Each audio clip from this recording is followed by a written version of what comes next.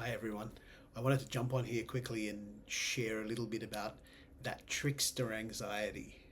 You might be experiencing anxiety. It has a lot of tricks, it has a lot of ways to get us caught and trapped.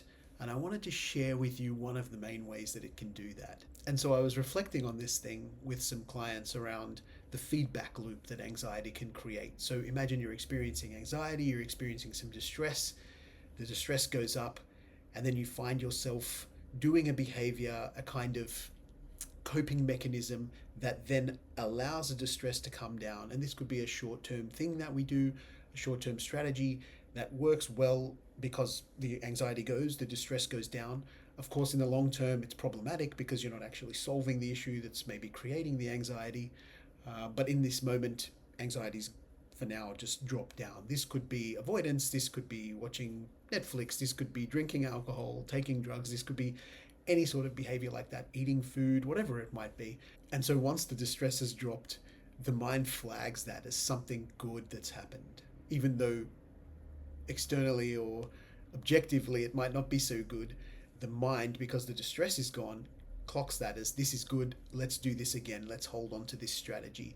And the mind then tends to overuse strategies that work like this, particularly ones that get rid of our distress and our anxiety. To recap, the distress has gone up, we've done that short term behavior, the distress has come down, our mind has flagged that, said, yes, this is good, keep doing that. Then what we find is we are now stuck because we haven't grown, we haven't changed. The thing that's causing anxiety is still causing anxiety. Now we are frustrated, perhaps, that we're stuck, and frustration is a form of distress. Distress goes up again. The mind goes, oh, I know what to do with that distress. Let's use another short-term strategy to get rid of it. And then it does. And you can see that this will create a feedback loop. And so the challenge becomes, where do we intervene? At what point do we get in there to make sure that we can come out of this feedback loop? Over time, this feedback loop can be quite painful. It can get us stuck, and then that all just adds to more distress as well. As I think about it, I think there are probably two main points of intervention here.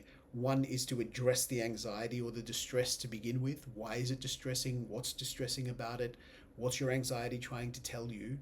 The other strategy is to catch yourself in the short term management strategy, let's say, and not do that if you can, and lean into the distress, find other tools or strategies to manage your anxiety, practice mindfulness, use the calming breath, whatever it is, even just wait it out. Sometimes just waiting it out will change your experience of anxiety.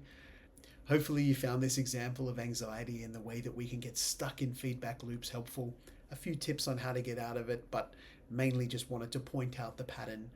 If you find yourself stuck in that pattern, at least you have a starting point, knowing what to do. Give it a try. Let me know in the comments how you go.